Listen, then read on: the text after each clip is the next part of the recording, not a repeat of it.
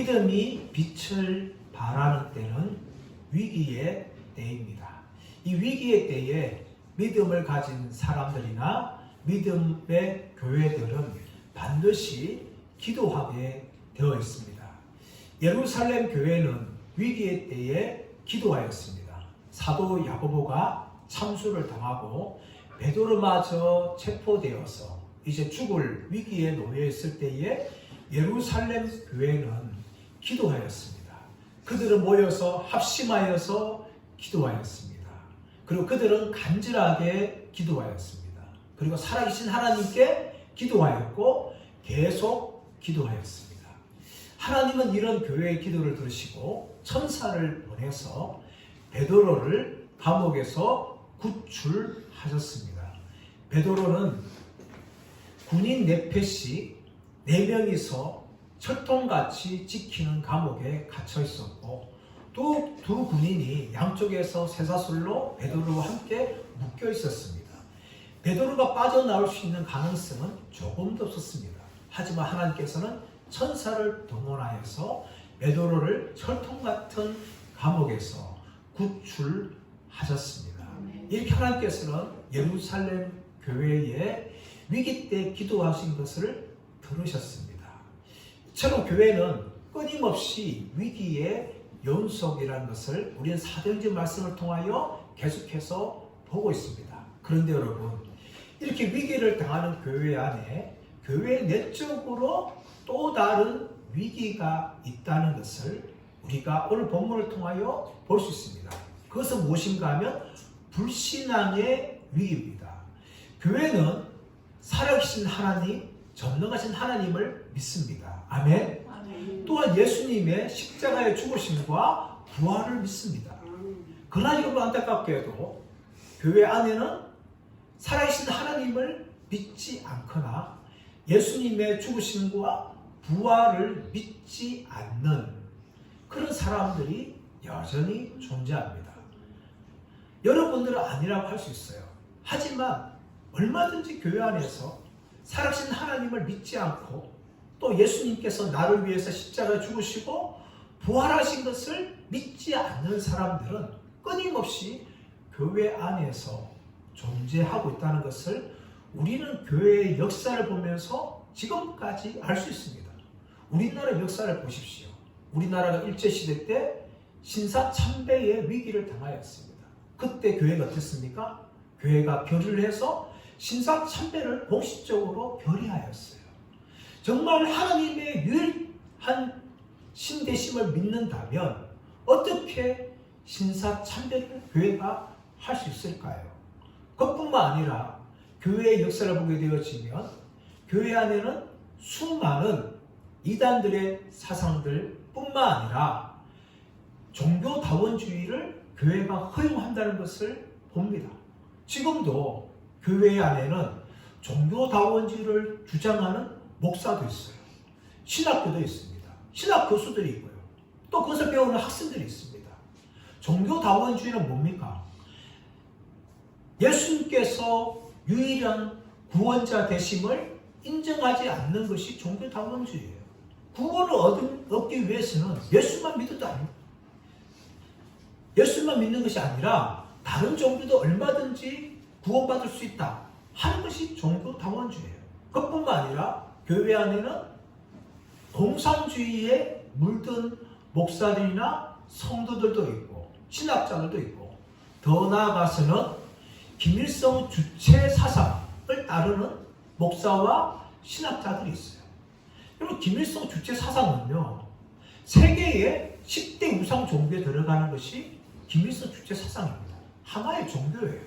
그런데 신학교의 교수나 목사들이 김일성 주체 사상을 전파하는 사람들이 있어요. 이것은 무슨 말하는 겁니까?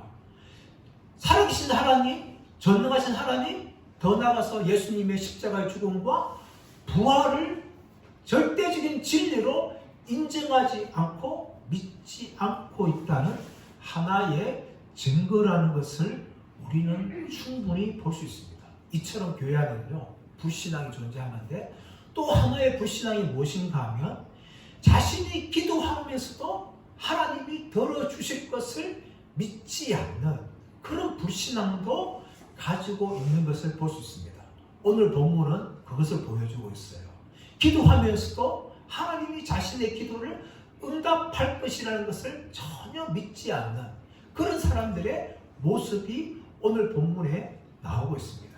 우리 지난주에 말씀 보게 되어지면 예루살렘 교회가 기도할 때에 하나님이 천사를 보내서 베드로를 구출해 주셨어요. 베드로는 이제 감옥을 나왔습니다. 감옥을 나온 후에 그가 찾아온 곳 어딘가 하면은 성도들이 모여서 기도하고 있는 마가 요한의 어머니 마리아의 집이었어요. 그래서 들어가서 베드로는 문을 두드립니다. 13절 볼까요? 자, 13절. 베드로가 대문을 두드린데 로데라 하는 여자아이가 영접하러 나왔다가, 지금 베드로가 무엇을 두드려요? 대문을 두드려요. 그냥 문을 두드리는 것이 아니라 대문을 두드려요. 이것을 볼 때에 이 마리아의 집은 굉장히 큰 집이라는 걸 알 수 있어요. 밖에 대문이 있고 대문을 정문을 통과해서 안에 또 집에 들어가는 문이 있는 아주 큰 그런 집이라는 것을 우리가 알 수 있습니다. 베드로는 대문 밖에 서서 나왔다 하면서 막 문을 두드려요. 그런데 그것을 지나가던 누가 듣는가 하면 로데라는 여자아이가 이 소리를 듣는 거예요. 그러면서 자기가 잘못 들었는지 싶어가지고 대문 가까이 가니까 진짜 베드로의 음성이에요. 그렇다면 로데아이가 어떻게 돼야 돼요? 대문 밖에 두드리고 있는 베드로의 문을 열어줘야 되잖아요. 그런데 그렇게 하지 않고 로데라 아이는 너무 기쁜 나머지 베드로를 대문 밖에 세워두고 집 안에서 기도하고 있는 사람들에게 찾아가서 베드로가 왔다! 라고 소리를 치는 거예요. 그러자 여러분, 이 소리를 듣는 사람들의 반응이 어떨까요? 자, 우리 14절, 15절 말씀 보겠습니다. 14절, 15절 시작. 베드로의 음성인 줄 알고 기뻐하여 문을 미처 열지 못하고 달려 들어가 말하되 베드로가 대문 밖에 섰더라 하니 그들이 말하되 내가 미쳤다 하나 여자아이는 힘써 말하되 참말이라 하니 그들이 말하되 그러면 그의 천사라 하더라. 자, 성도들은 기도하고 있어요. 자, 로데아이가 들어오면서 지금 베드로가 밖에 왔어요 라고 소리치니까 이 기도하는 성도들이 어떻게 반응해요? 네가 미쳤구나. 베드로는 지금 감옥에 있는데 어떻게 베드로가 올 수 있느냐? 너는 미치기 분명하다. 그렇게 반응하는 거예요. 그러자 이 로데아이가 어떻게 합니까? 아니라고 난 미친 게 아니라고 참말을 하는 거라고 하면서 계속 우기니까 이 성도들 할 말은 뭐예요? 그러면 그의 천사다 이렇게 말하는 거예요. 그러니까 유대인들은요 이 천사가 이 수호천사 개념을 가지고 있어요. 사람 한 명 한 명당 이 사람을 보호하는 수호천사. 그래서 이 수호천사가요 때로는 자신이 보호하고 있는 사람과 똑같은 모습으로 다니기도 하고 또 자신이 보호하는 사람 준비되어지면 그 사람의 모습을 보여주는 그것이 바로 수호천사다. 이런 생각을 가지고 있었어요. 그래서 이 성도들이 처음은 네가 미쳤다 말했지만 계속해서 참말에 말하니까 아니면 베드로의 천사다 라고 말하는 겁니다. 그럼 이런 반응은 어떤 반응일까요? 자신들이 지금 5절 말씀 보시면 베드로를 위하여 간절한 기도를 했어요. 그렇다면 자신들이 기도한 것이 응답되어서 하나님이 베드로를 구출해 주구나 라고 믿으면서 기뻐해야 되는데 그렇지 않고 로데라는 여자에 향하여서 미쳤다 말하든지 아니면 이제 베드로가 죽어가지고 그의 수호천사가 여기에 왔는구나 라고 이렇게 반응했다는 것은 이것은 바로 기도하는 사람들의 안에 있는 불신앙을 보여주고 있는 내용이라는 겁니다. 그들은 분명히 그들은 모여서 그리고 간절하게 하나님께 계속해서 기도했어요. 그런데 그들 기도의 제목이 뭡니까? 베드로의 구출을 위해서 베드로가 야고보처럼 순교당하지 않도록 막기 위해서 그들이 기도했어요. 그렇다면 그들이 지금 반응하는 모습은 결코 그들이 그렇게 기도했음에도 불구하고 전혀 베드로가 살아난 것을 믿지 않고 있다는 이런 불신앙의 모습을 지금 보여주고 있다는 것입니다. 사람 여러분, 이런 모습이 오늘 본문에 나오고 있는 성도들만의 모습일까요? 저는 아니라 생각합니다. 저와 우리 모든 성도들이 때로는 기도하면서 우리의 기도를 하나님이 들으시고 하나님이 응답하실 것이라는 것을 믿지 않고 기도할 때가 굉장히 많습니다. 어떻게 할 수 있어요? 한 가지를 무엇인가 하면 기도하면서도 우리 안에는 염려와 걱정이 사라지지 않는다는 겁니다. 또 기도하면서 하나님을 철저하게 의지하지 않고 내가 알고 있는 다른 방법을 동원한다든지 내가 아는 사람을 찾아가서 도움을 구한다는 겁니다. 이것은 무엇을 말하는 겁니까? 예를 들어서 보면 자, 어린아이가 있어요. 돈이 많이 필요해요. 학교에 준비물 사기 위해서 10,000원이 필요한데 그 아버지한테 아이가 이야기하는 거예요. 아버지 내일 학교 갈 준비물을 위해서 돈 10,000원이 필요해요. 나한테 돈 10,000원 주세요. 그렇게 이야기했어요. 근데 아버지가 당장 주지 않아요. 그런데 이 아이가 어떻게 합니까? 아버지가 무능한 같다. 아버지가 나를 도와줄 마음이 없는 것 같다. 아버지는 나는 10,000원을 주지 않을 거야. 하면서 옆집에 있는 다른 아저씨 찾아가서 그 아저씨한테 도움을 구하는 것과 같습니다. 우리는 종종 기도하면서도 그렇게 합니다. 기도하면서도 내가 기도하는 제목에 대해서 하나님이 응답하지 않을 거야 하는 생각 때문에 걱정과 염려를 계속해서 가지고 있습니다. 또 하나는 기도하면서도 내가 취할 수 있는 방법 최대한 동원하고 힘 있는 사람을 찾아가서 도움을 구합니다. 그것은 무엇을 말합니까? 하나님께서 나의 기도를 들으시고 하나님의 방법대로 일하실 것이라는 것을 너무나 믿지 않는 그런 모습을 우리가 가지고 있다는 것을 보여주는 겁니다. 이런 모습이 바로 예루살렘 교회의 모습이었어요.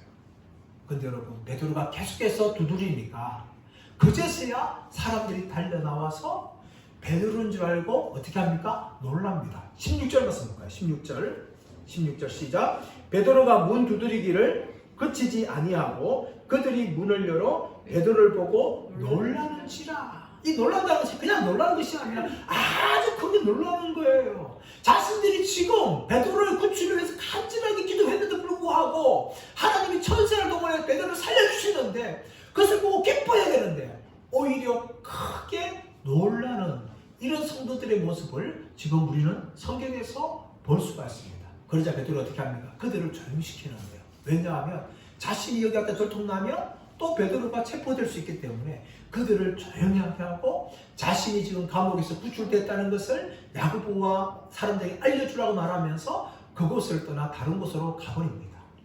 왜 그렇게 하면 오래 머물다 보면 베드로가 여기 왔다는 걸 알게 되어지고 군사들에 의해서 또다시 체포되기 때문에 베드로는 자신의 몸을 또 다른 곳으로 옮겨서 자신의 몸을 숨기고 있는 것을 우리가 볼 수가 있습니다.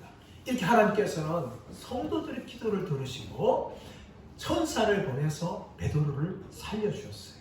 사랑하는 여러분, 하나님께서는 지금도 살아계신 분이기 때문에 우리의 기도에 응답하신다는 것을 믿으시기를 간절히 바랍니다.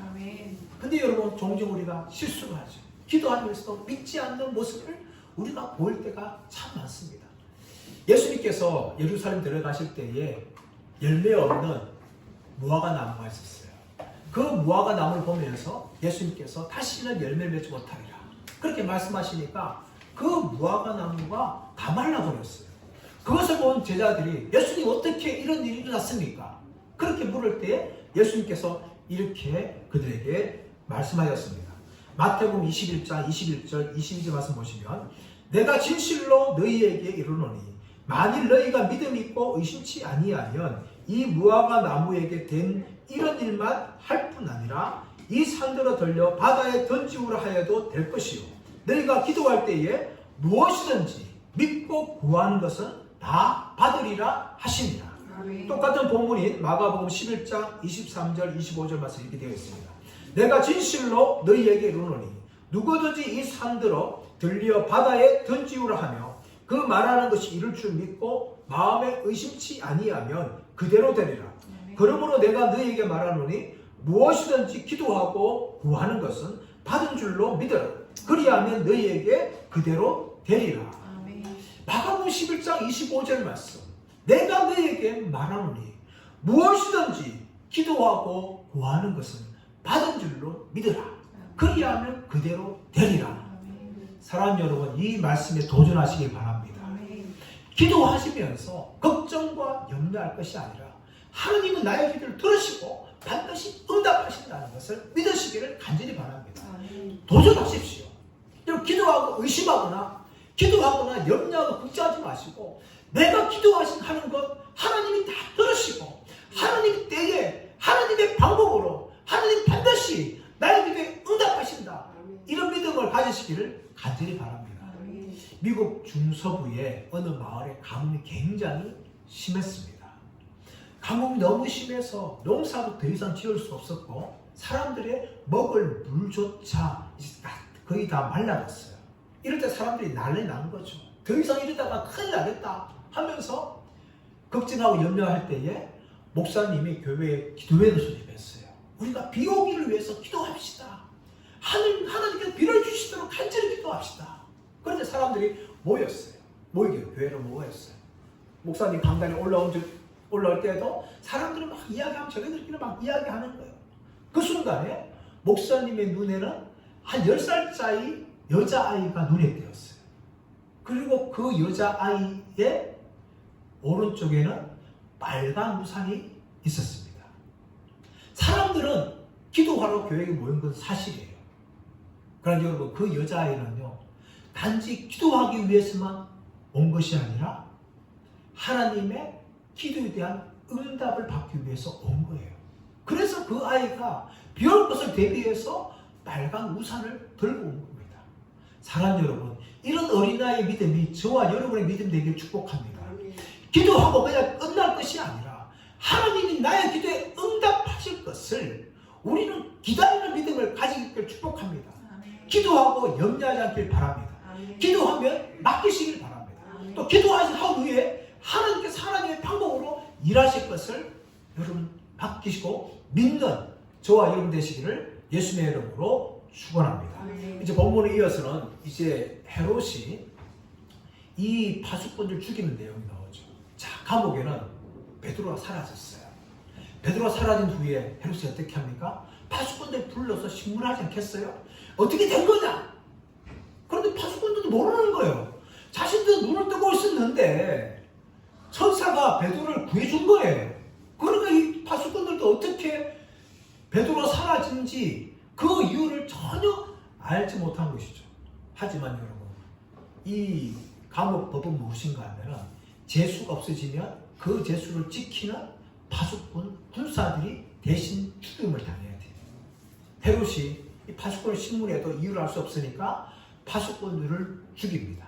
그리고 난 후에 그가 어디로 가는가 하면 가이사라는 곳으로 그가 옮겨버립니다. 파수꾼은 이 하나님의 이 일하심을 몰랐지만 더 나아가서 헤롯 왕도 인정하지 않았어요. 이것이 세상 사람들의 모습입니다. 세상 사람들 아무리 하나님께서 일을 하여도 역사하여도 사람들은 믿지 않습니다. 그만큼 강박한 거죠. 그런데 두려운 것은 무엇인가 하면 우리도 모르게 하나님의 일하심에 대해서 전혀 기대하지 않는 이런 불신앙의 모습이 이 예루살렘 교회 성도들만 있는 것이 아니라 우리 안에도 숨어 있다는 것을 본문은 우리를 향하여 지적하고 있는 것이죠. 더 나아가서 이제 하나님께서 헤롯을 심판하시는 내용이 나옵니다. 우리 20절 말씀 볼까요? 20절. 자, 20절 시작. 헤롯이 두로와 시돈 사람들을 대단히 노여워하니 그들의 지방이 왕국에서 나는 양식을 먹는 까닭에 한마음으로 그에게 나와 왕의 친소 맡은 신하 블라소들을 설득하여 화목하기를 청하니라. 자, 헤롯이 두로와 시돈 사람들을 대단히 노여워했다. 성경은 이렇게만 이야기하고 있지만 역사를 보게 되어지면 헤롯이 이 시돈 사람들과 두로 사람들을 향하여서 노여워한 그런 배경이 있어요. 자, 헤롯은 어떤 사람이었습니까? 우리가 지난주에 말씀을 살펴보았지만 이 헤롯은 헤롯 아그리파 1세였어요. 1세였고 이 헤롯 아그리파 1세는 유대인들과 굉장히 친한 왕이었습니다. 그의 피는 하소모니안 왕조의 피가 흘렀기 때문에 유대인들과 굉장히 친하였고 유대인들을 위해서 자신의 재산도 팔아서 성전에 기부할 만큼 헌금할 만큼 그런 유대교에 대한 마음을 가지고 있었어요. 그렇기 때문에 유대교가 싫어하는 사도들을 잡아서 야고보도 죽였고 베드로 마저 죽이려고 했던 사람이 이 헤롯 왕이었어요. 그런데 주후 42년에 이 두루와 시돈 사람들이 회당에 글라우디아 황제의 형상을 설치했어요. 이에 대해서 굉장히 유대인들이 분노하였고 또 유대인과 친했던 이 헤롯 왕도 분노하면서 유대 총독에게 따졌어요. 항의하면서 그 청년을 잡아서 처형하라. 그 청년을 향하여서 징벌을 하라. 그렇게 공개적으로 편지를 보내서 따지고 요구할 만큼 이 헤롯 왕은 유대교에 대해서 아주 옹호하는 그런 마음을 가지고 있었어요. 그래서 이 두루와 시돈 사람들을 향하여서 헤롯 왕이 분노하였죠. 근데 이것은요, 이 두루와 시돈 사람들한테 굉장히 불리한 것이었어요. 왜냐하면은 이 두루와 시돈 사람들은 해상 무역을 통하여 먹고 살아서 농사를 짓지 않았어요. 곡식이 없는 거죠. 이 곡식을 어디에서 가져왔는가 하면 갈릴리에서 가져와야 했었습니다. 그런데 이 갈릴리 통치 누가 했는가 하면 헤롯 왕이 통치하고 있었어요. 이런 불리한 가운데 있어서 이 두루와 시돈 사람들이 이 왕의 침소 맡은 사람을 블라소드라는 사람을 동원해가지고 헤롯 왕을 만나기를 그렇게 할 만큼 그들이 그렇게 접근을 하였습니다. 그런 가운데 21절 말씀 가보시면 헤롯이 나를 택하여 왕복을 입고 단상에 앉아 백성에게 연설하였다라고 이야기합니다. 헤롯이 나를 택하여서 이 날이 어떤 날인가? 역사학적으로 크게 두 가지를 가지고 있는데 하나는 무엇인가 하면 이것이 로마 황제 글라우디오 황제의 생일을 기념하는 행사였다라고 말하기도 하고 어떤 사람들은 아우구스투스 황제를 위해서 열리는 경기 집회였다. 그렇게 말을 하기도 합니다. 어떤 것이 말은 정확히 알지 못하지만 하여튼 사람들이 굉장히 많이 모였어요. 이 많이 모였을 때에 헤롯이 어떻게 한가 하면 21절 말씀 보시면 왕복을 입고 단상에 앉아 백성에게 연설했다라고 이야기합니다. 왕복. 헤롯은요 단지 분봉왕이 아니었어요. 헤롯은 이미 유대 전체를 통치하는 그런 왕이었습니다. 그렇기 때문에 이 왕의 옷을 입는데 이 왕이 입은 옷이 어떤 옷인가 하면은 은으로 된 옷이었어요. 은. 반짝반짝하는 은. 은으로 되어 있는데 그 은이 그 햇빛이 비치게 되어지면 아주 찬란하게 빛나는 거죠. 찬란하게 빛이 나고 또 그 옷을 입고 있는 이 헤롯 왕이 자신이 마치 로마 황제처럼 그렇게 멋지게 연설을 하는 거예요. 그러니까 이 연설을 듣는 사람들이 어떻게 반응하고 있는가 하면 22절 말씀 보시면 백성들이 크게 부르되 이것은 신의 소리요 사람의 소리가 아니라 하거늘 백성들이 환호하면서 이것은 신의 소리다 사람의 소리 아니다 하면서 이 헤롯 왕을 향하여서 그렇게 열렬하게 환호했어요. 이런 환호를 받은 헤롯 왕의 반응이 무엇일까요? 23절 말씀 보시면 헤롯이 영광을 하나님께 돌리지 아니하므로 주의 사자가 곧 친히 벌레에게 먹혀 죽으니라 라고 이야기합니다. 헤롯이 영광을 하나님께 돌리지 아니하므로 주의 사자가 곧 친히 벌레에게 먹혀 죽으니라. 벌레에게 먹혀 죽었다. 이것이 어떤 죽음인지에 대해서 사실 많은 연구들이 있는데 그 중에 랜덜 쇼터라는 미국의 의학자가 있는데 이분이 성경과 현대의학에서 이런 말을 한 적이 있어요. 아시아에 사는 사람들 가운데는 회충이 있는데 그 회충이 동그란 공을 만든다. 그래서 그 공이 사람의 장을 막아버려가지고 급성 폐혈증으로 사람들이 죽게 된다. 그렇게 의학적인 소견을 발표한 적이 있습니다. 실제로 여러분 이 유대교를 굉장히 괴롭혔던 왕 중에서 안티오코스 에피파네스라는 사람이 있는데 이 사람이 죽을 때 갑자기 쓰러지고 그 안에 구더기가 나와서 이 사람이 죽는 그런 일도 일어났습니다. 또 우리나라 역사를 보게 되어지면 조선시대 때 많은 왕들이 있는데 많은 왕들이 막 여러 가지 질병으로 죽지 않습니까? 그런데 그 중 장수한 왕이 누군가 하면 영조예요. 영조는 80세가 넘었는데 근데 문제는 뭔가 하면 이 영주 안에 기생충이 있어요. 기생충. 평생 영주는 기생충 때문에 고생했다. 때로는 입으로도 나와가지고 입으로 구토하는 그런 그 기록들이 있다는 겁니다. 그만큼 이 우리 몸 안에 기생충, 벌레가 있는 거죠. 하나님께서 이 헤롯을 심판하시니까 벌레에서 먹혀 죽었다는 것이 그냥 지어낸 이야기 아니라는 거죠. 얼마나 실제 일어난 이야기인데 어떤 벌레인지 정확히 알지 못하지만 이런 벌레에 먹혀서 이 헤롯 왕이 죽임을 당한 거예요. 그런데 이렇게 죽임을 당하는 왜 하나님이 심판하시는 이유가 무엇일까요? 그것은 무엇인가 하면 23절 초반이죠. 헤롯이 영광을 하나님께 돌리지 아니하였다. 영광을 하나님께 돌려야 되는데 자기가 마치 하나님 것처럼 백성들의 이 찬양을 자기가 다 받았다는 겁니다. 여러분, 하나님께서는 죄를 싫어하세요. 죄를 싫어하시는데 가장 싫어하는 죄가 무엇인가 하면 교만죄입니다. 교만죄. 교만은 뭡니까? 하나님이 받아야 될 영광을 내 자신에게 받는 것, 내 자신에게 돌리는 것, 그것이 바로 교만이에요. 교만.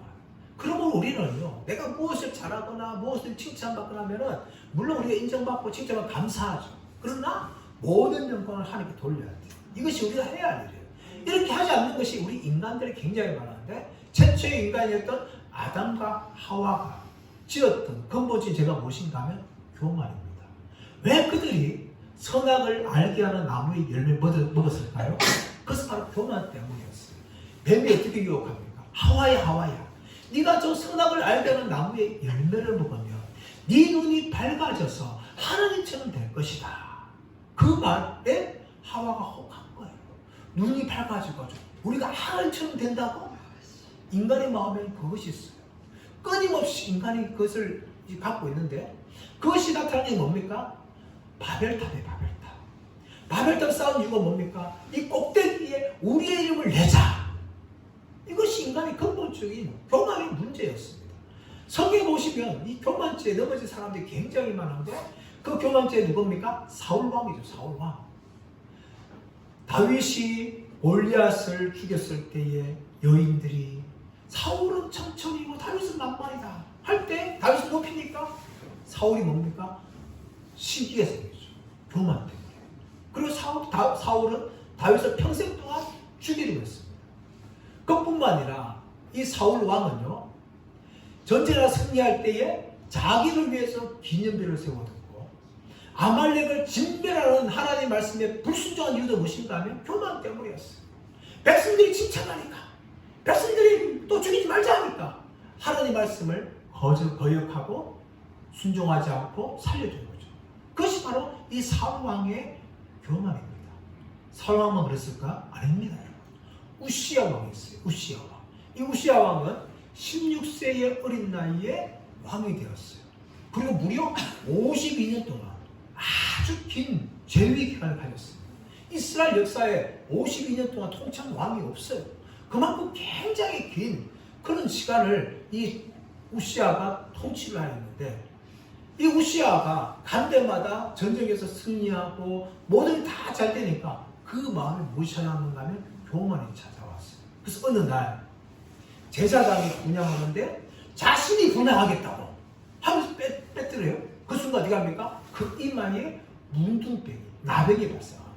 그래서 급하게 제사장은 성전에서 우시야 왕을 내보내고 우시야 왕은 죽을 때까지 나병으로 고생하다가 그렇게 죽임을 당합니다. 여러분, 또 성경에 보시면 다니엘 4장 말씀 가보시면 느부갓네살 왕이 등장합니다. 이 느부갓네살 왕은요, 유대인 왕이 아니에요. 바벨론이라는 왕입니다. 이 바벨론 제국을 이룩한 왕이 느부갓네살 왕입니다. 이 사람은 바벨론 성도 굉장히 크게 지었습니다. 그런데 어느 날 그가 어떻게 말하는가 하면, 내가 세운 이 바벨론 제국을 보라. 내 능력과 내 힘으로 세운 것이 아니냐. 이 바벨론 성을 보아라. 내 영광을 위해서 지은 것이 아니냐. 그렇게 그가 고백을 합니다.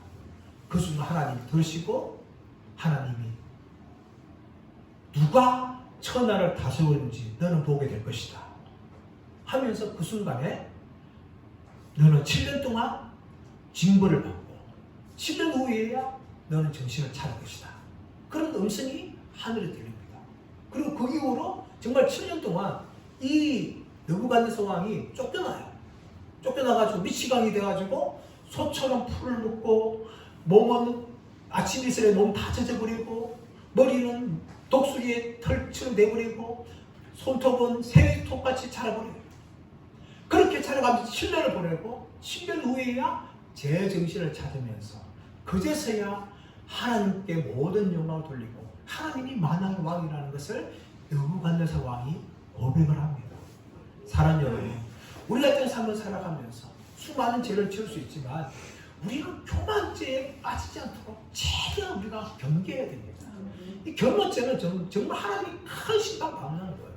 이렇게 헤로드 왕이 죽임을 당하는 것도 교만 때문이었고 사울 왕이 망한 것도 교만 때문이었고 아담과 하와가 망한 것도 교만 때문이었어요. 그러므로 우리는 철저하게 하나님만을 의지하고 하나님만을 높이는 믿음의 사람들 되기를 간절히 바랍니다. 이제 말씀의 결론을 맺기를 원합니다. 헤로드 왕은 처음에 자신의 인기를 위해서 사도 야고보를 죽였고 더 나아가서 베드로마저 죽이려고 하였습니다. 그러나 결론은 어떻습니까? 결론은 이 헤로드 왕이 죽임을 당하는 것으로 끝이 났습니다. 이것은 무엇을 보여주는가 하면 교회가 우리 그리스도인들이 믿음 생활할 때에 반드시 핍박과 박해가 있습니다. 하지만 그 핍박과 박해 때문에 교회가 망하거나 우리 그리스도인들이 결코 망하지 않는다는 것을 보여주는 것입니다. 하나님께서는 일하시고 모든 것을 역전시킨다는 것을 우리는 성경을 통하여 또다시 확인할 수가 있는 것입니다. 더 나아가서 하나님께서 지금도 기도하는 사람들을 부르셔요. 기도하다 부르셔서 그들을 통해서 일하십니다. 그래서 우리는 기도하는 사람들이 되어야 될 줄 믿습니다. 근데 여러분, 기도하면서 중요한 것은 무엇인가 하면 믿어야 됩니다. 내가 기도하는 것을 믿지 않으면서 기도하는 것은 하나님이 결코 기뻐하지 않습니다. 또 그런 기도는요, 하나님께 들어주신다 한들 우리가 그것 때문에 은혜가 되지 않아요. 그러므로 우리는요, 기도하면서 믿는 자들 되기를 축복합니다. 오늘 본문에 나오고 있는 예루살렘 교회는요, 기도하면서도 베드로가 살아날 것을 믿지 않았어요. 그래서 그들은 베드로가 살아났을 때 크게 놀라고 말았습니다. 사랑하는 여러분, 우리는 기도하면서 하나님이 나의 기도에 응답하실 것을 믿으시기를 간절히 바랍니다. 소녀가 빨간 우산을 준비한 것처럼 우리가 기도할 때에 하나님 나에게 어떤 방식으로 응답해 주실 것인가, 그런 기대를 가지고 그런 믿음을 가지고 기도함을 통하여서 하나님께서 일하시는 것을 경험하는 저와 여러분 되시기를 예수의 이름으로 축원합니다.